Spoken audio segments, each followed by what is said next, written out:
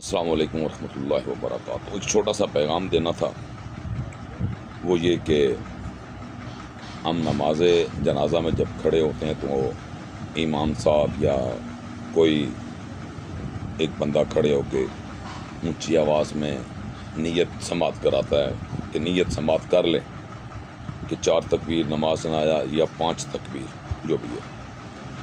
نماز جنازہ فرض کفایہ ثنا واسطے اللہ تعالیٰ کے، درود واسطے محمد مصطفیٰ صلی اللہ علیہ وسلم کے، دعا واسطے حاضر میت کے، پیچھے سے امام کے، اور نیت اپنی اپنی۔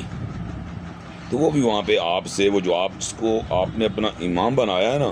معذرت کے ساتھ، وہ بھی وہاں پہ اس مقام پہ جا کے وہ بھی آپ سے اپنی جان چھڑوا لیتا ہے۔ وہ کہتا ہے کہ وہ دیکھ لو، وہ جو آگے پڑا ہے مردہ حالت میں، اس نے اپنا حساب دینا ہے، اس کی اپنی نیت کا پر معاملہ ہوگا اور آپ کا اپنی نیت پر۔ اس لیے اللہ کا واسطہ نبی کے امتی بن جائیں۔